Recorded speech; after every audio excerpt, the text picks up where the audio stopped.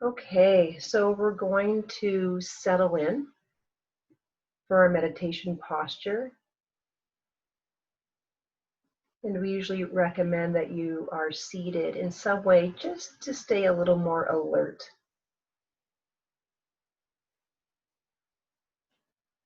So whether you're seated on the floor, on a cushion or a bench, seated in a chair, inviting a lengthening through the spine.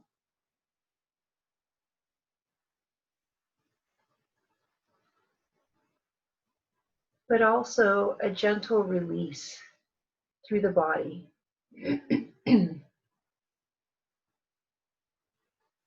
So much like in our actual practice, we're trying to establish, even in our physical posture, a balance between effort and surrender.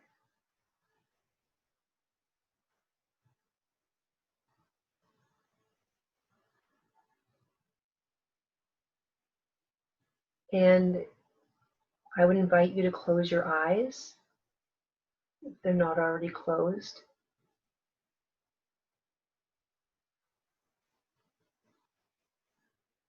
And we're going to just connect with the breath for a couple of minutes.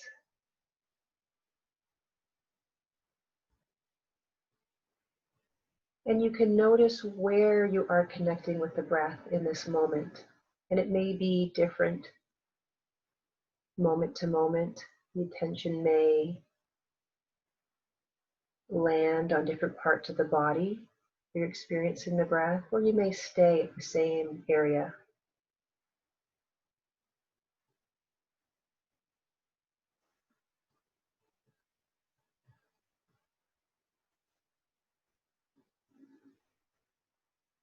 And you could also invite the exhalations to lengthen gently.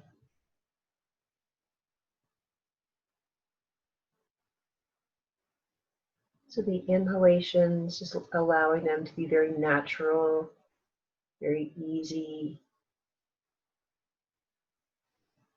And with the exhalation, we can see if we can lengthen the out breath without forcing, without making too much effort.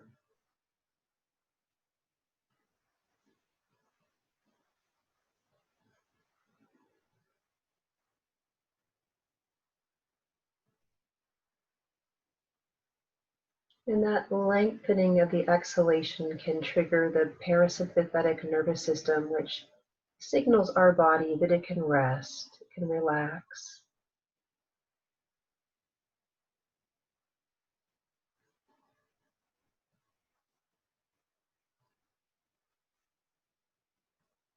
And bringing the attention to the area of the eyes,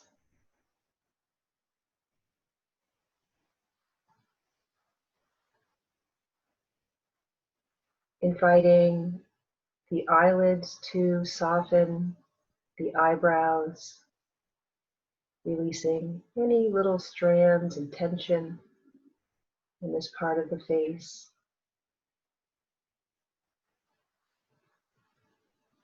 Allowing the eyes to rest in their sockets.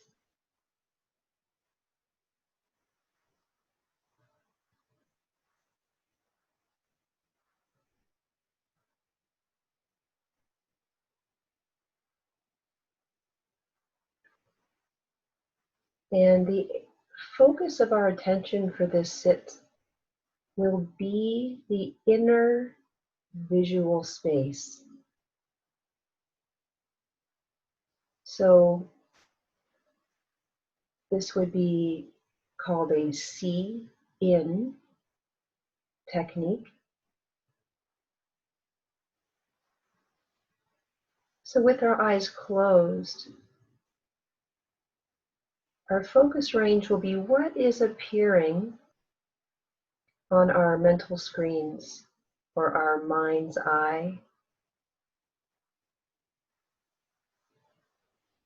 So just noticing moment to moment.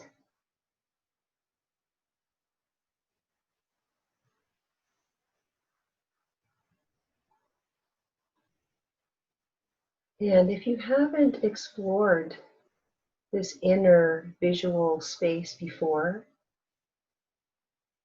you may discover that your inner sea space or mental screen seems to be located right in front of your face, maybe inside the head. It may feel like it's surrounding you.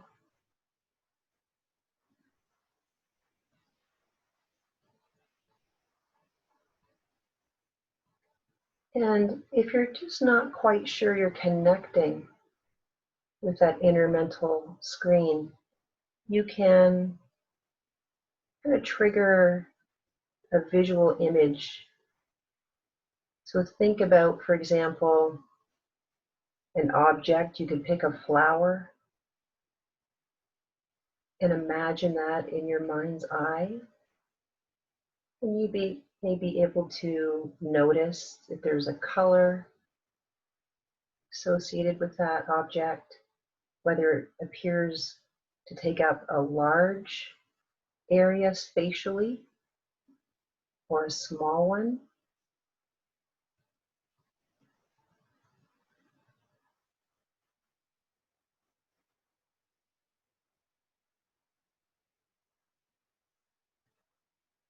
You may notice or trigger an image of a very simple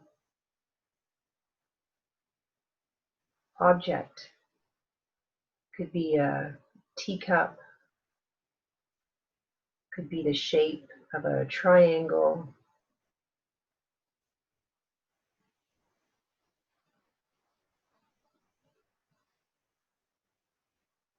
And the images that arise on the mental screen may sometimes be quite subtle. They may flash quickly. It may not be a clear, direct experience of seeing something, but kind of an indirect,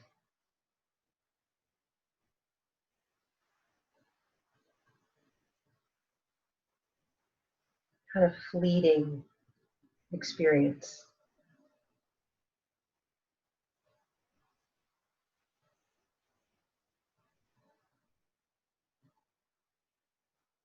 And you may also be getting a kind of subtle impression visually of your own body, of the space around you, in the room that you're sitting in. So these are all possibilities, as well as you may experience a completely blank or inactive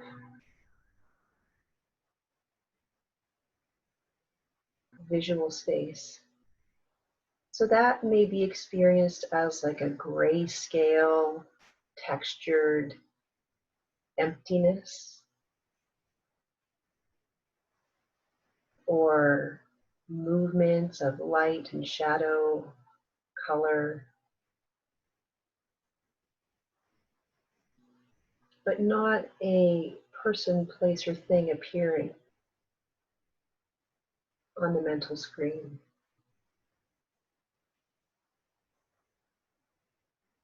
So we would call that a restful inner visual experience. There's a relative lack of activity in that sea space.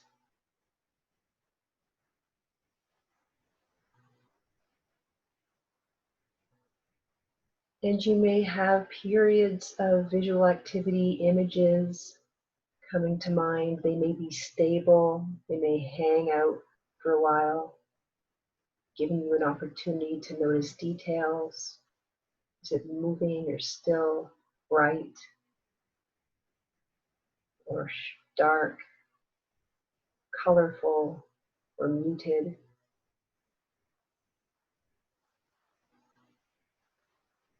The images may be moving, maybe a single image moving like watching a film, or it could be a series of images, maybe even very unrelated ones, flashing up and instantly ending on that mental screen.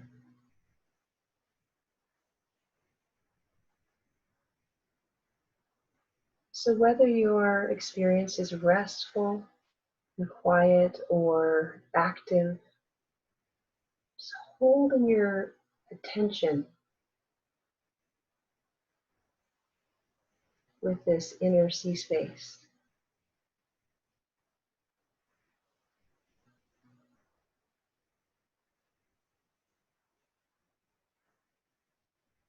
And we try not to get drawn into any story or narrative of why these images are appearing. Just trying to simply be aware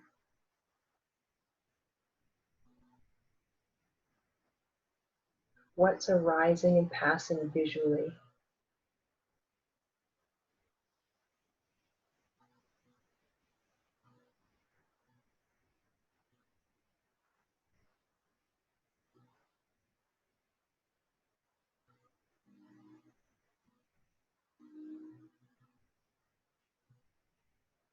So allowing the images to come and go without pushing them away or trying to grasp them will help us develop our equanimity.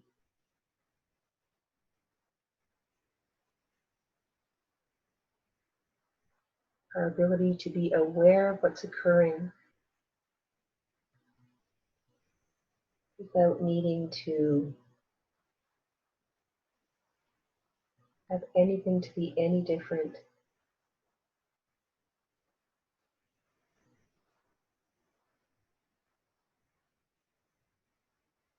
Not becoming interested in reactions, judgments, concepts. Just purely being with the visual space in the mind.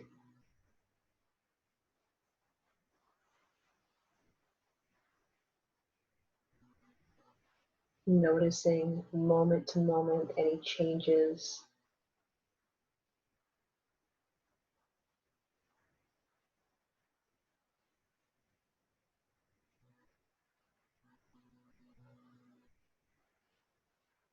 And if we're finding that it's challenging holding our attention with this particular sensory category, this inner sea space, we could opt to use labels. And labels are very helpful to use for two reasons. One is if our mind is busy, our attention is getting tugged to either thoughts unrelated to the practice or physical sensations or sounds around us. Using labels can help remind us and keep us on track with the practice. And also labels can help us induce equanimity by putting a neutral label on an experience. You may not get as caught in the story or meaning of what's arising. So for this particular practice, we would use the label see. So every few seconds or so, you could use the label see silently in your mind.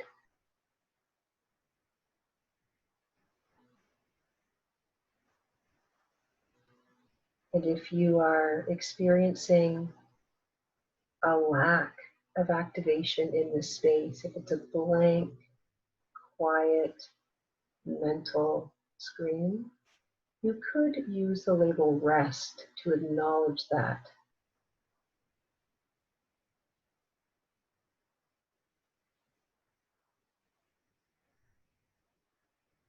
So there's two options if you wanted to try the labels see for active mental screen, rest for restful. And if you're just not clear if your experience would be considered a restful one, then just guess.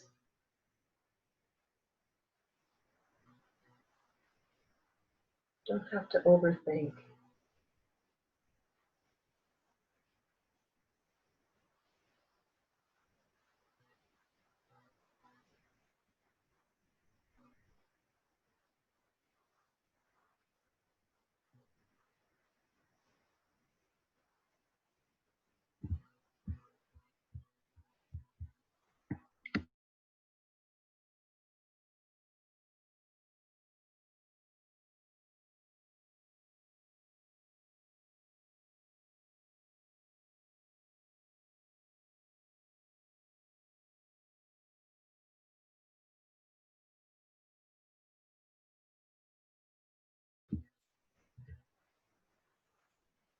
So the mind will likely wander, as it does, get distracted.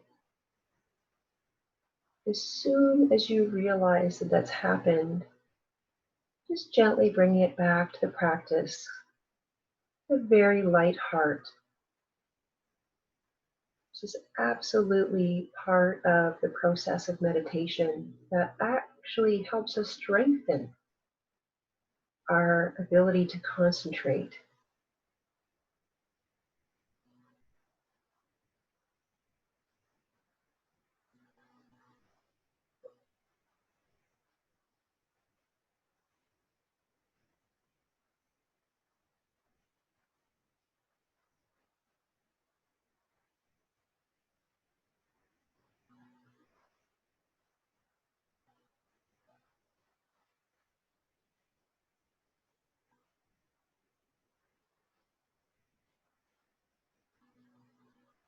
So our task for this meditation is to simply notice what is spontaneously arising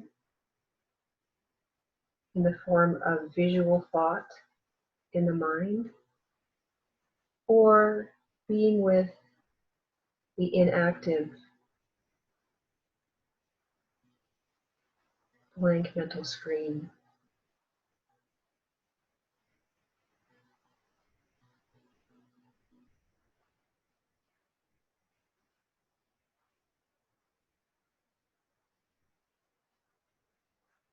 So becoming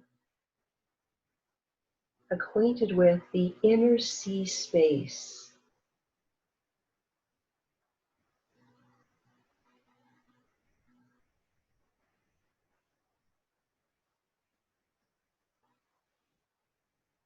connecting with the spatial quality of our mind's visual activity.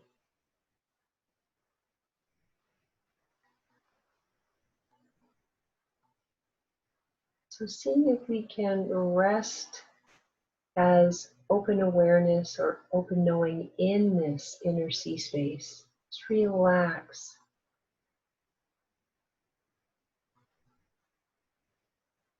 and open to everything that's arising and passing.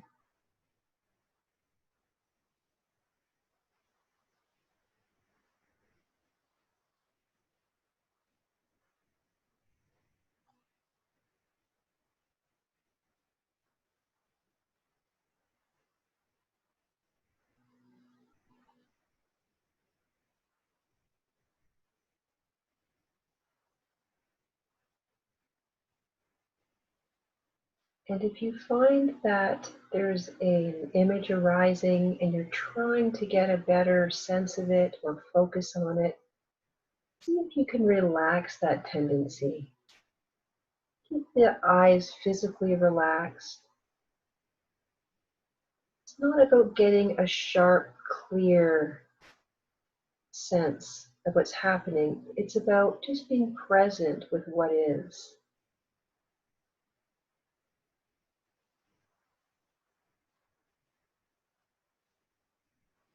If the images are fleeting and fuzzy, just noticing that.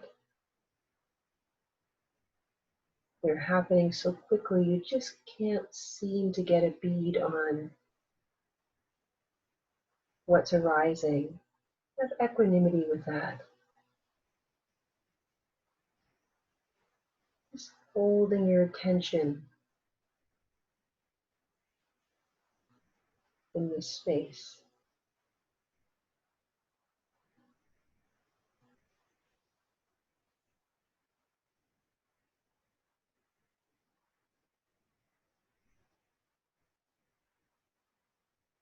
Even in a restful inner visual experience, we can often notice movement, subtle movement of shadow and light, perhaps color, so we can detect and track that moment to moment.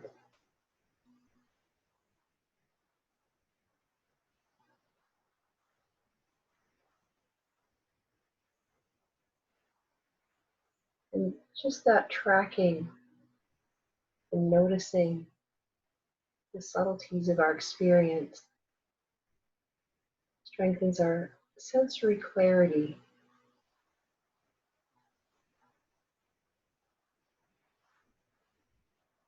Taking a closer look, like we're zooming in with a microscope.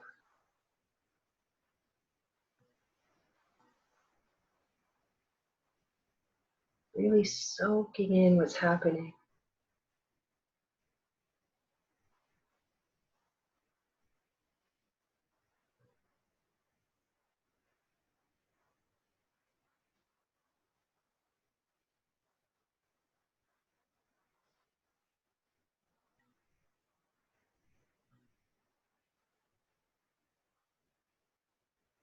Sometimes we'll even get drawn into distraction in this same space. We may get lost in visualizations or fantasies, memories, but we've lost our attention, our awareness.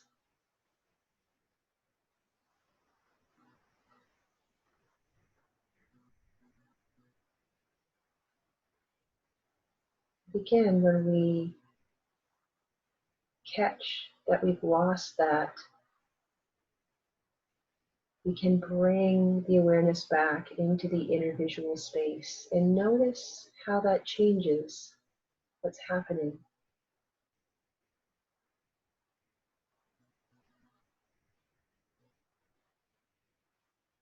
And we can learn a lot about the relationship between all of our sensory categories. If we hear a sound in the environment, how does that impact our inner visual space? We're experiencing a sensation in the body. Does that affect the inner visual space?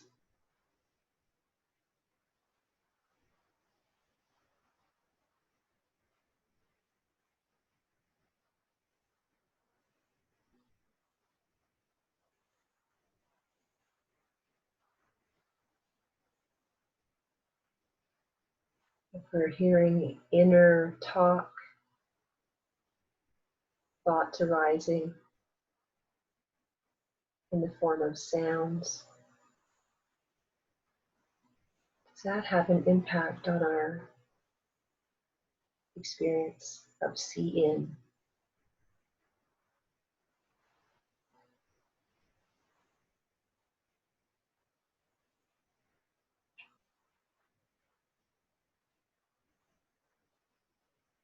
So we allow all of these other sensory categories, the feelings in the body, the emotions, the sounds, to be in the background.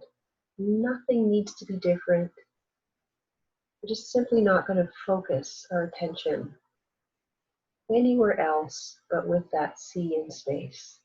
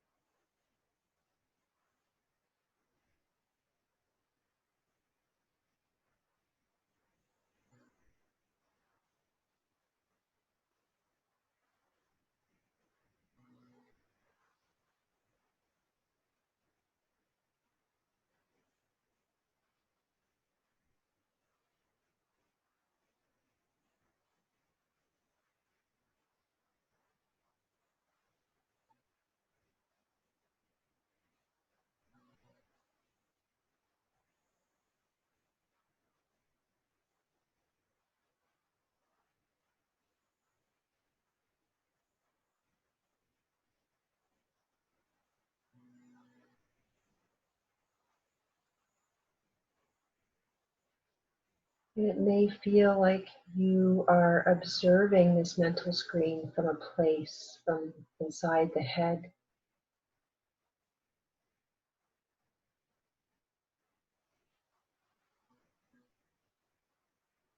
Like there's an observer observing this visual activity.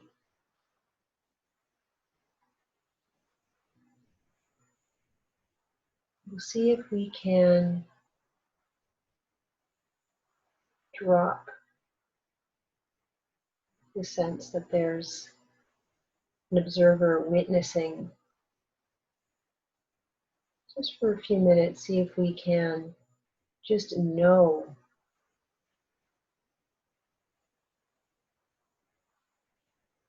Just let the observer and the observed collapse.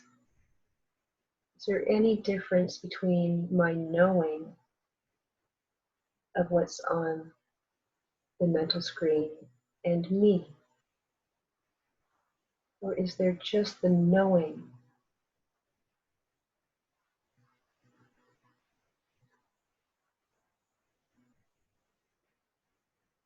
If you look for an observer, what would you find?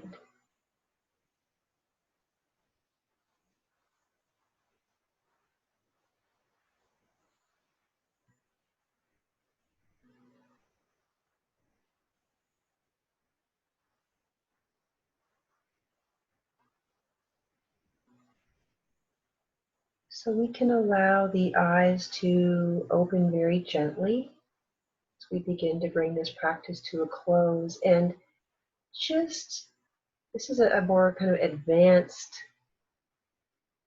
experience of our see in space, but with the eyes gently opened, see if you can still contact that inner see space. So without focusing your eyes on anything in particular on the external environment, just letting it be a soft gaze, see if you can trigger an inner see. So you can picture again that flower, perhaps a person, an animal. Notice perhaps that you can either simultaneously hold an inner and outer visual experience at the same time, or you could toggle your attention inward, even with the eyes open, to that inner see space, and then to the external see space.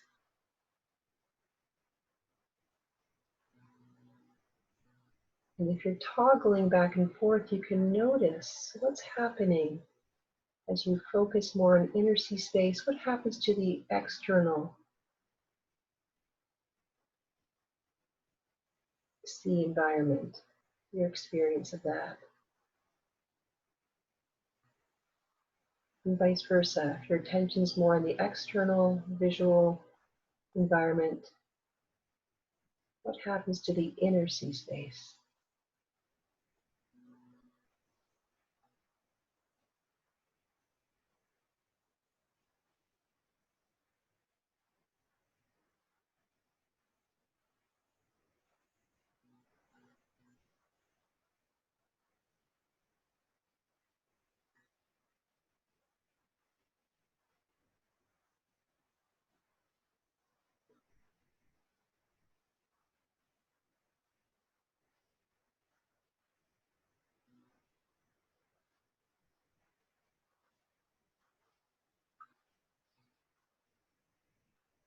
I'll close this practice by reading a quote, actually a T.S. Eliot quote that Shinzen put at the very beginning of his book. And it's, "We shall not cease from exploration, and the end of all our exploring will be to arrive where we started and to know the place for the first time."